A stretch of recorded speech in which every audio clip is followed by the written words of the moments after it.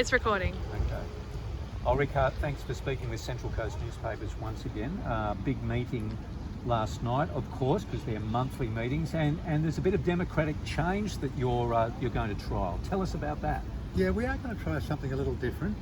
Both David Farmer and myself have been around quite a while in local government, and one of the things we've always noted is that the public forum just before a council meeting really doesn't work for the public, and it really doesn't work for councillors. Well, tell us why it doesn't. I mean, I notice it's always rushed, isn't it? You're always rushed and you're making decisions on the run. What's the Well, that's the potential consequences that a speaker could introduce something quite new, something that hasn't been considered or thought about, and then there's no chance to sort of properly inform from a staff point of view, properly inform councillors.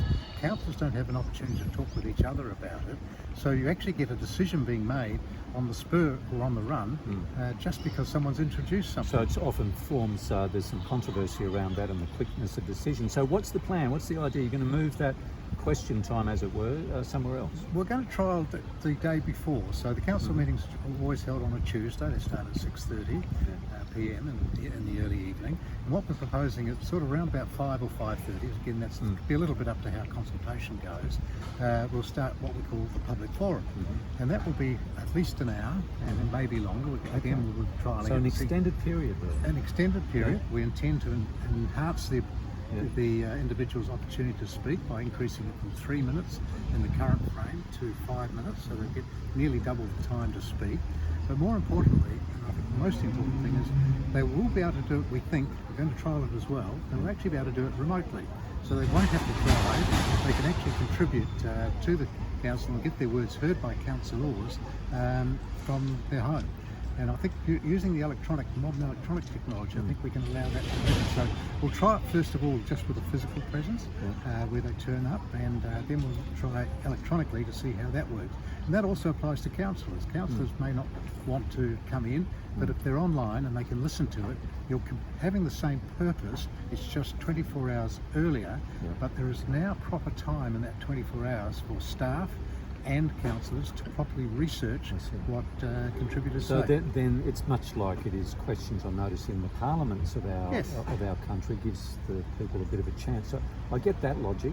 Some people would say that this is a break of tradition in a council sense, and that they won't be allowed at the council meetings. Is that the case? No, they still can come to the council meeting, but there just won't be the speaking opportunity at the council meeting. The other thing, and the other big benefit, if the allotted time, which was an hour plus, is not taken up by people speaking on agenda items, then we're very happy to allow people to speak on any item. So from the floor, as it were? As from the floor, yeah. So they have an opportunity to raise a grievance or say something in front of all the councillors, which is related to the council papers. Now, will they, sorry to interrupt, but will these will be taken seriously by the council? The questions and answers will be noted and archived, I take it, and then given to the appropriate staff? The public forum will be recorded, absolutely, and the staff will, without doubt, prepare answers to go out to those questions that are raised, and they may or may not be signed off by councillors, but there's certain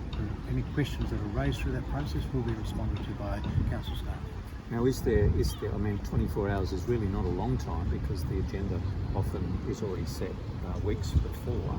Will it give people the chance, or your staff, for example, a chance to react to some of the things that come up? That's what the intention is, and one of the disciplines we'll have to impose upon ourselves is not to have late papers, so because the community clearly have to have the paper before they can make comment on it.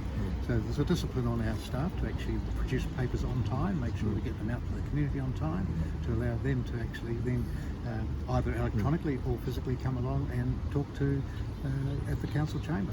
Well, I think this will be widely and interestingly followed up by our democratic cravings on the Central Coast, and good luck with it, and we'll see what the comments say. Yeah, and the final thing, David, on this, we will be formally consulting on it as well, so it's not just a trial and without any formal consultation. There will be formal consultation, but we won't really know until we actually give it a go. So that's why we're saying we'll give next three council meetings, will be a trial, we'll see how it goes, and we'll then through formal consultation, review it and go from there. But the intention is to get better governance at the end of the day by a new incoming council. Right, good. Okay, thank you. Let's go with that.